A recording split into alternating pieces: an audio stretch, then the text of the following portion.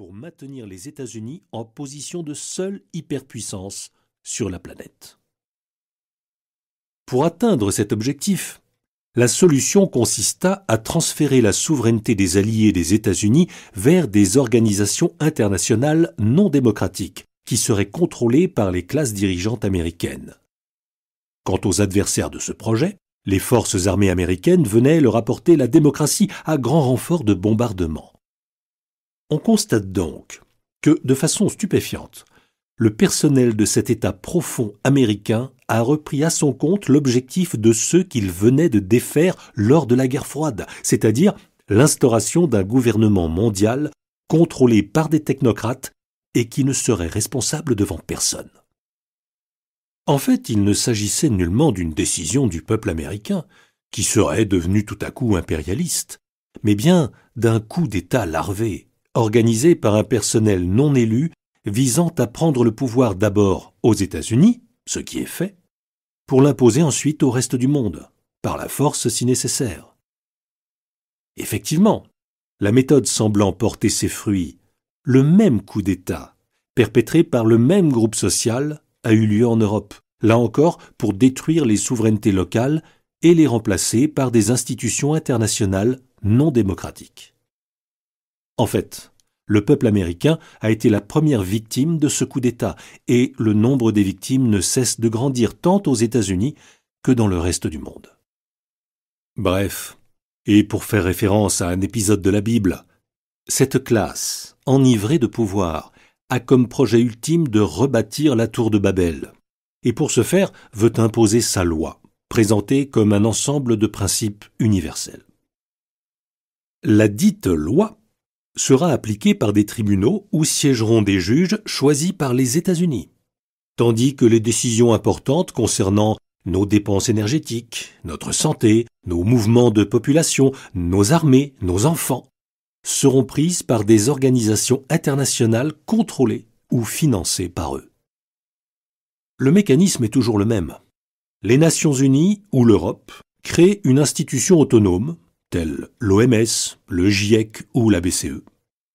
Ces institutions ne sont contrôlées par personne. Rapidement, on les dote d'un personnel issu des grandes ONG financées par les partisans du mondialisme.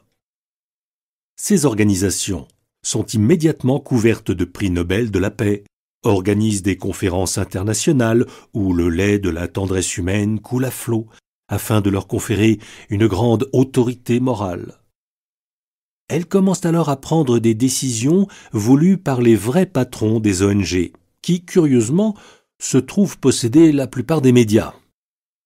Et si un vrai scientifique ou un vrai journaliste commence à contester ou questionner les décisions qu'elles prennent, il n'est plus invité aux conférences, perd son poste à l'université ou dans les médias et se voit autorisé à prendre sa retraite à 50 ans dans l'Ardèche, le Gers ou le nord de l'Écosse. Depuis bientôt 10 ans, à l'Institut des Libertés, je commente semaine après semaine les manœuvres de ces malfaisants et, comme j'écris à peu près 40 papiers par an pour cette remarquable institution, environ 400 articles se trouvent librement accessibles sur son site. Au fil du temps, j'ai consacré un certain nombre d'articles à l'analyse des manœuvres de cette classe, que j'ai surnommé les ouins du Seigneur ou les hommes de Davos. Souvent, dans un de ces articles, ou lors d'un passage sur YouTube, j'ai dénoncé les manipulations éhontées auxquelles ces hommes de Davos se livraient pour arriver à leur fin. Les articles et les interviews sont disponibles sur le site institutdeslibertés.org. Mais cette façon de procéder tient un peu du pointillisme. Tous les faits sont là, mais il est difficile d'avoir une vue d'ensemble du processus en cours. Jamais je n'ai réuni toutes les pièces du puzzle en un tout cohérent. Aussi, mettant à profit les quelques loisirs que je passe sous mes platanes, l'esprit enfin libéré des contraintes liées à l'actualité, j'ai décidé de procéder à une petite expérience d'explication de mes propres textes, relus quelques années plus tard pour essayer d'en faire un tout cohérent. Voici ce que j'ai l'intention de faire. Premièrement, je vais considérer comme acquis qu'une classe mondialiste Livre audio complet gratuit disponible en description de cette vidéo.